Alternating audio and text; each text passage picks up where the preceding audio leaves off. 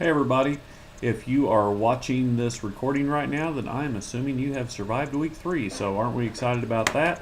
I know it was a lot of work for you guys, but you've pulled through and did a good job, so way to go. We're on the tail end of this and getting ready to go into a little holiday break, so I'm sure you're excited about that. Let's see, we're going to go over what the homework and some of the deliverables are for this week.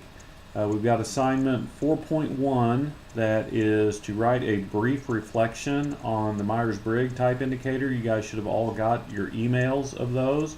And I hope you spent some time looking over the results and kind of compare and contrast what you saw in the book about Myers-Briggs. But now that you've gotten it, seeing how it was able to possibly correctly identify your personality traits, you might think about as a manager how this may be a tool that you're able to use in your role, either in the future or even now, to find or select the right people in your organization. So, and even in your marriage, we have found, me and my wife, that it's useful to know a little bit more about each other. So these are kind of nice. Which, by the way, if you wonder what my Myers-Briggs type indicator is, I am an INTJ.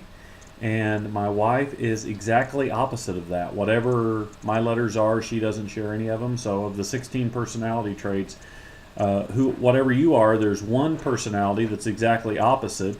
And so when you meet those people, that kind of neat. So the idea that opposites do attract, at least for me and my wife, actually played out.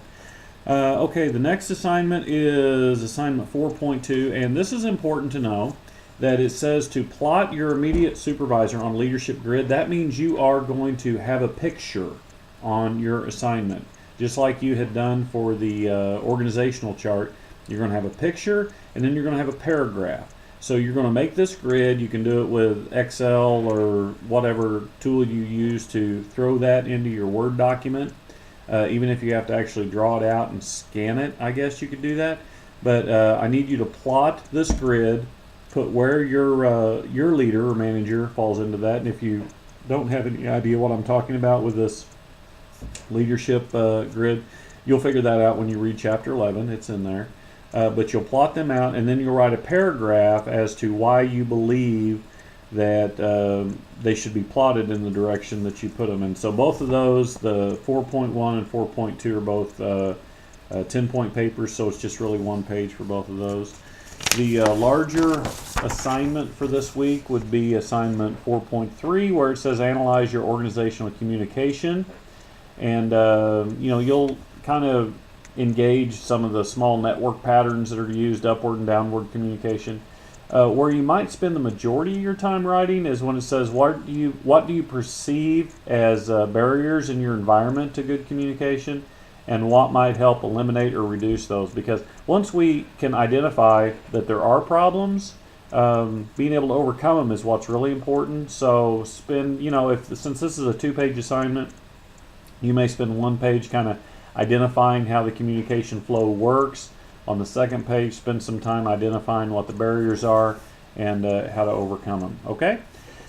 Let's see, you've also got a discussion post that is about leaders you know. And when I put on there, I hope the question isn't confusing. It says describe a leader that you would classify as charismatic, and I even put the page numbers on there on where you can read a little bit about that. If you don't want to name the person, you don't have to, but if you do want to give them credit for the leader they are, that's fine. And sometimes it can be somebody that you've never met, somebody that you've read about or seen in videos or trainings and so forth. You can do that.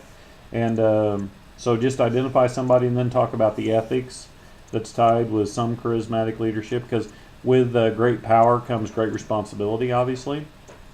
Somebody told me once that a full glass requires a steady hand.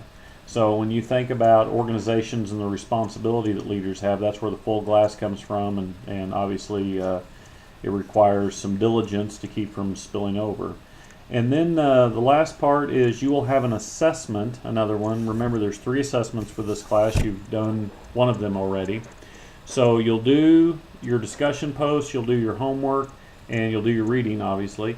And then at the due date of your homework on December 11th, sometime around that day, I will upload what your assessment is, and so then you'll have from the 11th to the 14th to fill that out and turn that in, and by then we'll be into week 5. And so if you have any questions, be sure to use the discussion board online for that and Angel, or you can email or text me, whatever works for you guys. So I hope you have a great week, and I'm praying for you guys, and I hope it all goes well with you.